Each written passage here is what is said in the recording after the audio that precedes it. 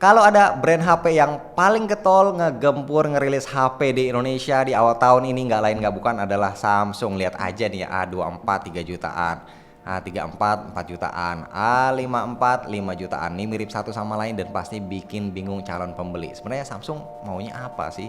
Yuk kita cari tahu perbedaannya.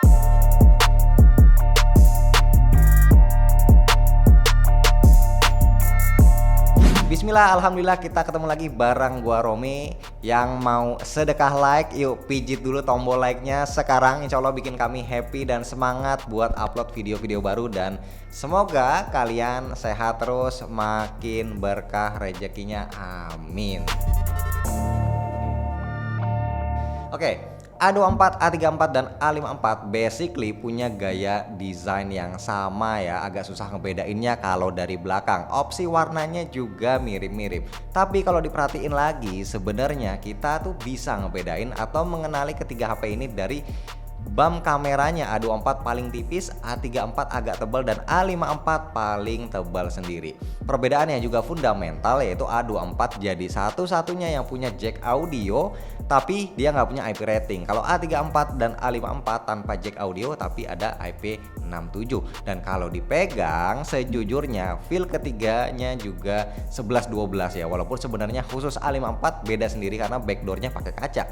Sementara A24 dan A34 pakai glastik alias plastik menyerupai kaca.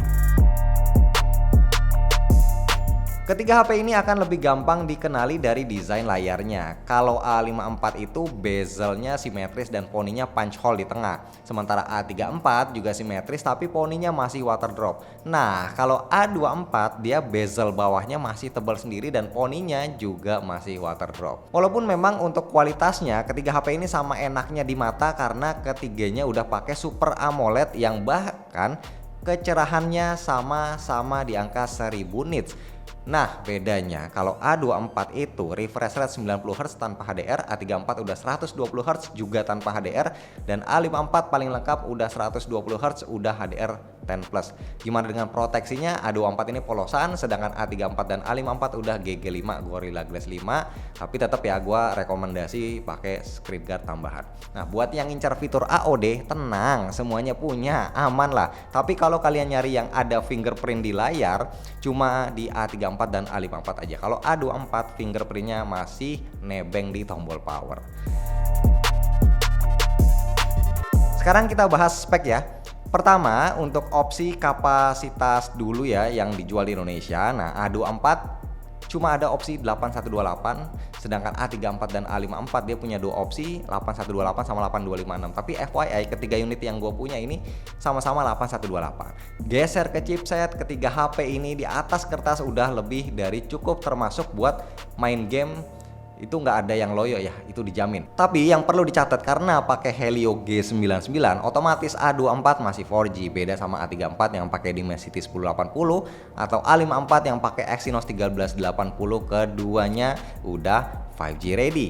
Oke, buat compare performa langsung aja kita buka Antutu, dan yang terkencang adalah Exynos 1380 baik skor overall, skor CPU ataupun skor GPU bisa ngalahin Dimensity 1080 apalagi Helio G99. Nah, dari data Geekbench 6, Exynos 1380 ini sebenarnya sekelas sama Dimensity 1080 untuk performa single core-nya. Nah, dia menangnya di kemampuan multicore-nya. Dan buat GPU-nya hasilnya berbanding lurus ya, dimana Exynos 1380 di 3D Mark jadi yang teratas, masing-masing A54 dapat 17 fps, A34 14 fps, dan A24 7,5 fps. Nah gimana dengan stability-nya? Ternyata sama mantepnya, sama-sama di angka 99%. Lanjut buat baterai, tidak ada yang diistimewakan oleh Samsung di sini, semuanya dikasih rata 5000 mAh, begitupun dengan pengisian dayanya ini nggak ada yang dianak emaskan, semuanya support 25 watt. Terakhir fitur pendukung, untuk NFC aman ada semua, untuk speaker stereo, nah ini adanya cuma di A34 dan A54 aja. Begitu juga untuk vibrate di A34 dan A54 levernya udah nyerempet flagship, sementara vibrate di A24 ini masih standar. Oke, kamera. Secara komposisi kamera di A24, A34, A54 basically kembar di mana ada lensa wide, ultra wide dan juga makro. Dan hebatnya semua sama-sama dikasih stabilizer berupa OIS untuk lensa utamanya. Nah, yang membedakan kamera ketiga HP ini adalah resolusi dan sensornya. A24 susunannya 55 dan 2 megapiksel. Kalau A34 susunannya 48, 8 dan 5 megapiksel, sedangkan A54 dikasih 50, 12 dan 5 megapiksel. Yang paling pertama mau gue bahas adalah lensa ultra wide-nya.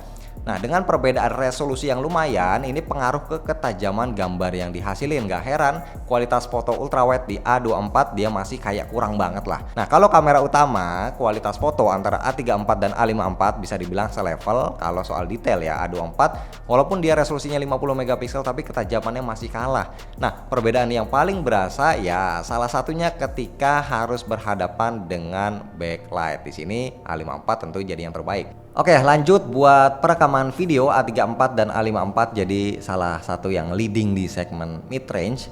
Selain tentunya dia punya kestabilan yang bagus, juga bisa rekam sampai 4K 30 fps. Kamera depannya juga sama. Sedangkan A24 karena harganya lebih murah jadi harus rela kena nerf di mana perekamannya mentok FHD 30 fps saja depan dan belakang. Ya sebenarnya tentunya akan lebih enak kalau bisa 60 fps, tapi karena OIS-nya cuma optimal di 30 fps, mungkin Samsung mau main aman aja ya, mereka sengaja ngilangin 60 fps daripada ada tapi hasilnya nggak stabil, kurang lebih begitu. Oke, dengan mencoba dan menyandingkan ketiga Galaxy A series ini bersamaan ya, seenggaknya kita bisa dapat gambaran positioningnya masing-masing. Di sini sepertinya Samsung mau ngehajar semua segmen dari 1 jutaan, 2 juta, 3 juta, 4 juta, 5 juta, 6 juta. Ada semua perwakilan HP-HP-nya. A24, A34, A54 dibikin serupa desainnya biar gengsinya rata ya, dapat semua. Nah, dibedainnya di desain layarnya. Pintar ini strateginya. Terus speknya juga sekarang diperhatiin banget, kapasitas RAM dan storage nggak pelit. Dibedainnya di chipsetnya. Yang untungnya semuanya ketiganya pakai chipset yang oke. Paling catatannya A24 dia belum 5G karena pakai Helio G99. Kamera pun dia rata ya, udah dikasih OIS semua dengan konfigurasi lensa yang sama. Dibedainnya di resolusi foto dan kemampuan perekaman videonya. Dan hebatnya ketiga HP ini sama-sama dikasih jaminan 4 kali upgrade versi OS dan 5 tahun security patch. Tapi kalau ditanya mana yang menurut gua paling best deal dari ketiga HP ini, kayaknya gua akan milih si A34 ini ya, bisa jadi pilihan yang bijak. Price to performance-nya paling menggoda. Nah, kalau kalian sendiri gimana pendapatnya? Yuk ramein kolom komen dari ketiga HP ini, mana menurut kalian yang paling oke.